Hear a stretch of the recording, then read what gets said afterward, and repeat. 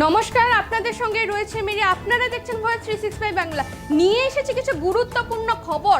কংগ্রেসের ঘরে ঢুকে বিজেপির গুপ্তযোদ্ধা মুস্তাক আহমেদকে সত্যি দলে বিশ্বাসঘাতকতা করেছেন, এই নিয়ে উঠে যখন বড় প্রশ্ন। কংগ্রেসের ঘরে ঢুকে বিজেপির গুপ্তযোদ্ধা মুস্তাক আহমেদকে সত্যি দলে বিশ্বাসঘাতকতা করেছেন। রিজু তালুকদার তীব্র অভিযোগের রাজনৈতিক উত্তাল। রিজু তালুকদারের তীব্র অভিযোগ উত্তাল হয়ে পড়েছে গোটা রাজনৈতিক প্রভাব ও আহ্বান মুস্তাকের পদে রাখলে আগামী নির্বাচনে কংগ্রেসের প্রভাব ক্ষতিগ্রস্ত হতে পারে। মুস্তাক আহমেদকে বিজেপির গুপ্তযোদ্ধা হিসেবে চিহ্নিত করেছেন কংগ্রেস নেতা রিজু আহমেদ তালুকদার।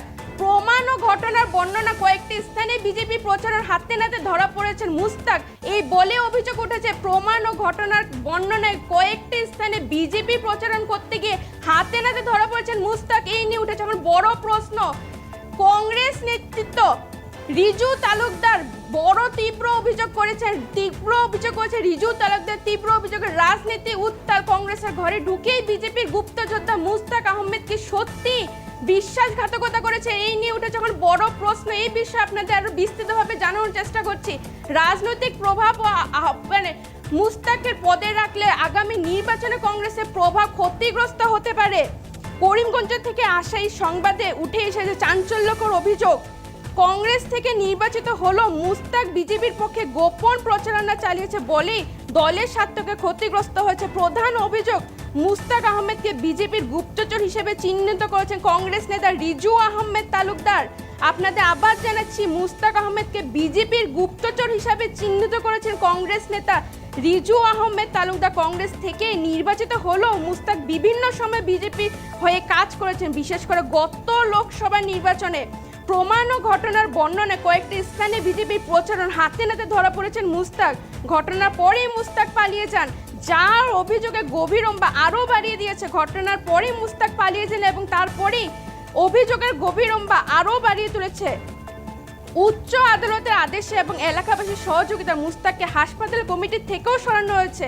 অতীতে ধরা ও ধারাবাহিক পঞ্চায়েতের নির্বাচনে বদরপুর চৈতন্যনগর ব্লকে বিজেপির পক্ষে কাজ করেছেন মুস্তাক।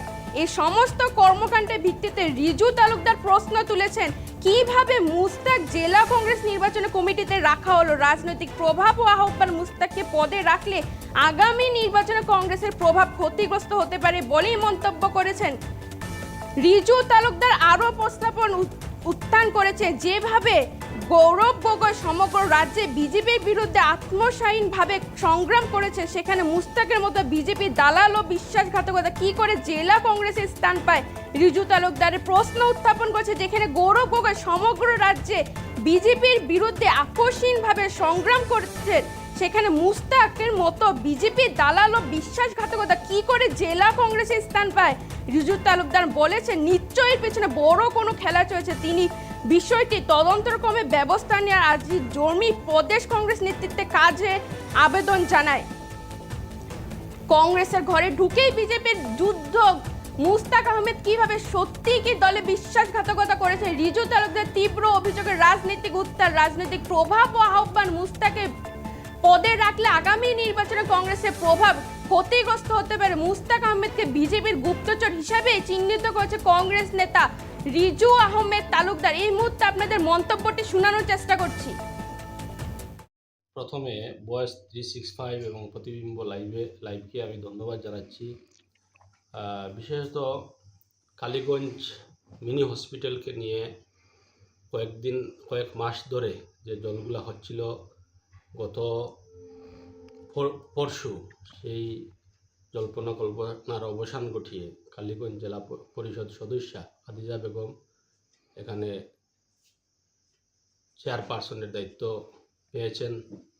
আপনারা সবাই নিশ্চয় অবগত যে এর জন্য উনি হাইকোর্টে যেতে হয়েছে। মহামান্য হাইকোর্টে এ নিয়ে দুটি হিয়ারিং হয়েছে। তার পরবর্তীতে জেলার স্বাস্থ্য বিভাগের যে নেতৃত্ব, স্বাস্থ্য বিভাগের কর্মকর্তারা ওনাকে আবার এই লোকাল জেলা পরিষদ সদস্য হিসাবে ওনাকে দায়িত্বভার দিয়েছে গতদিন।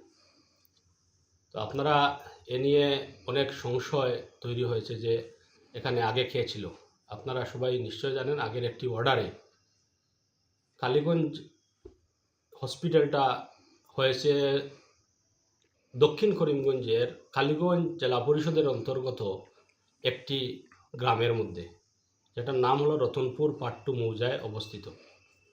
কিন্তু দেখা গেছে যে পার্শ্ববর্তী জেলা পরিষদ বা পার্শ্ববর্তী সমষ্টি উত্তর করিমগঞ্জের একজন জেলা পরিষদ সদস্য শ্রীমন্ত কামিশাইল বাসাইল জেলা পরিষদ সদস্য মোস্তাক আহমদ, তিনিও কংগ্রেস থেকে নির্বাচিত, কিন্তু তাকে তার অন্য এরিয়ার থেকে এনে এটা নিয়ম বহির্ভূতভাবে এই কালীগঞ্জ হসপিটালের চেয়ারম্যান বানিয়ে দেওয়া হয়েছিল। তার প্রত্যুত্তর দিতে আমি জেলার সব কয়টি জায়গায় ঊর্ধ্বতন কর্তৃপক্ষ, মাননীয় ডিসি সহ, health joint director health service সহ সবাইকে আমি বারবার খাদিজা বেগমের পক্ষ থেকে চিঠি দেওয়া হয়েছে। আমি তার প্রতিনিধি হিসাবে আমি যোগাযোগ রেখেছি, জেলা পরিষদের সিও সহ সবাইকে আমি অবগত করেছি, কিন্তু কোনো সুরাহা হয়নি। সবার একটি কথা যে বিজেপির যারা নেতৃস্থানীয়রা রয়েছেন সবাই কালীগঞ্জ হসপিটালে মোস্তাক আহমদকে চাচ্ছেন। আমার একটা প্রশ্ন, এই এলাকার মানুষের মধ্যে একটি প্রশ্ন যে আপনারা মোস্তাক আহমদ কি তাহলে বিজেপির জেলা পরিষদ সদস্য? আমি তো সে কথা বলতে পারি না, কারণ তিনি তো কংগ্রেস থেকে নির্বাচিত হয়েছেন। কিন্তু মানুষ তো অনেক কথা বলছে আমাকে যে মোস্তাক আহমদ তো বিজেপির সঙ্গে সম্পর্ক রয়েছে, যে গত পঞ্চায়েত নির্বাচনের পর জেলা পরিষদ গঠন তো তার নেতৃত্বে বিজেপি ভোট গঠন করেছিল। তার পরবর্তীতে এইবার উনি আবার কংগ্রেস থেকে পেয়ে আবার তিনি সেই কার্যক্রম শুরু করেছেন।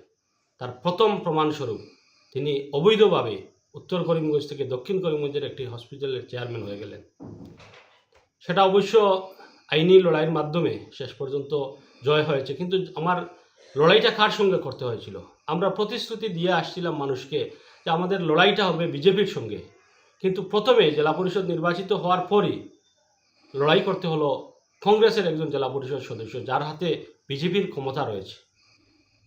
প্রত্যক্ষভাবে উনি বিজেপির ক্ষমতা ব্যবহার করে দিনের আলোর মতো পরিষ্কার যে অন্য সমষ্টির থেকে এখানে এসে উনি চেয়ারম্যান হয়ে গেলেন, নিয়মের উল্টো ন্যাশনাল হেলথ মিশনের যে গাইডলাইন আছে সম্পূর্ণ গাইডলাইন ভায়োলেট করে। এবং আপনারা জানেন যে শাসক দলের কর্মকর্তারা যদি না বলেন তাহলে ওনার পক্ষে কি সম্ভব ছিল এই এই দুঃসাহসিক এই কাজ? সেটা উনি করে দেখালেন।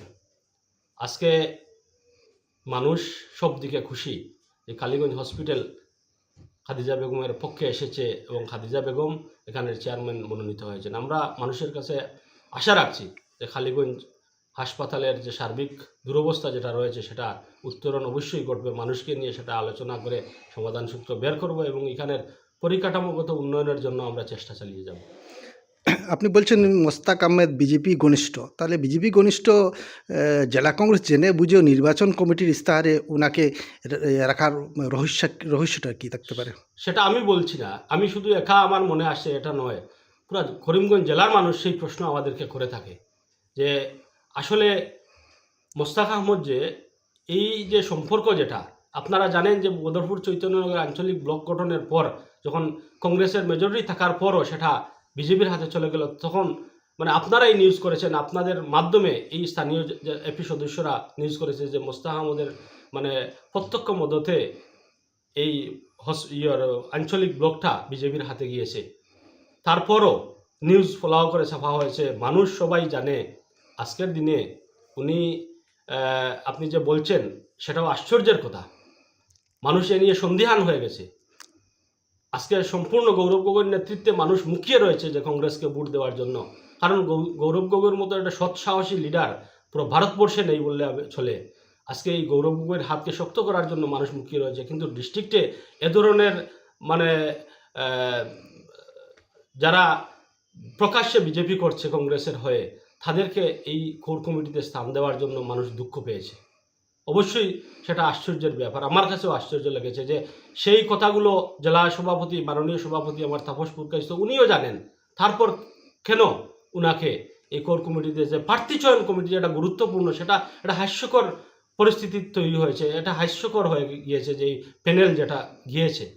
কারণ এই যে জেলা পরিষদ সদস্যর সেই কোর কমিটিতে স্থান পাওয়ার কারণে সেটা কোনোভাবে সাধারণ মানুষ মেনে নিতে পারছে না। আমাদেরকে ফোন করছেন যে এটার প্রমাণ রয়েছে একদম জ্বলন্ত প্রমাণ যে একজন মানুষ এক জেলা পরিষদ সদস্য আরেক জেলা পরিষদ সদস্য স্থানে গিয়ে পাওয়ার দখল করেছে, চেয়ার দখল করে নিয়েছে, দুজন আবার কংগ্রেসই, কিন্তু সে কি কারণে অবৈধভাবে এখানে আসলো, কার শক্তি আসলো সেটা মানুষ ভালো করে জানে।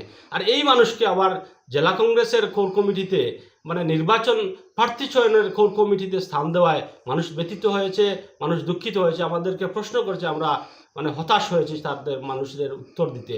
আজকে গৌরব গগৈর নেতৃত্বে মানে আর করিমগঞ্জ কংগ্রেসের নেতৃত্বে যে একটা ফারাক তৈরি হচ্ছে সেটা গুছানোর জন্য আমি মাননীয় গৌরব গগৈ মহাশয়ের দৃষ্টি আকর্ষণ করছি, কারণ ওনার একটা বলিষ্ঠ নেতৃত্ব রয়েছে। আমরা করিমগঞ্জ জেলার মানুষ সবাই মুখিয়ে রয়েছে ওনার নেতৃত্বকে শক্তিশালী করার জন্য, কিন্তু এই যে 2 নম্বরই মানুষগুলো মানে রন্ধ্রে রন্ধ্রে মানে ঢুকিয়ে পড়েছে, তাকে একটু মানে বিচক্ষণ চোখ নিয়ে সেগুলো দেখতে হবে আমাদের দলীয় নেতৃত্ব।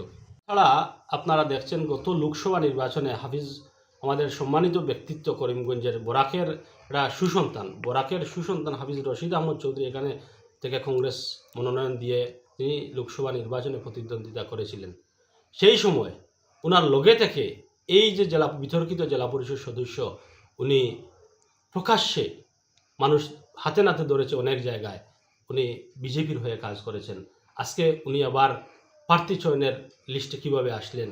কোর কমিটিতে মাত্র 7 জনের কোর কমিটি, আমরা গতদিন যে এক্সিকিউটিভ মিটিং হয়েছিল জেলা কংগ্রেসে সেটাতে আমরা বলেছিলাম জেলা সভাপতিকে যে আপনি প্রার্থী চয়ন একা করেন আর সঙ্গে আরও 5-7 জনকে নিয়ে করেন। উনি এই জায়গায় ওনাকে স্থান দিয়েছিলেন, সেটা নিয়ে কংগ্রেসি মহলে তীব্র মানে দুশ্চিন্তা দেখা দিয়েছে যে এভাবে হলে এইসব মানুষ এখানে যদি স্থান পায় তাহলে কতটা স্বচ্ছ হয়েছে এই প্যানেল, এ নিয়ে মানুষের প্রশ্ন থেকেই গেছে।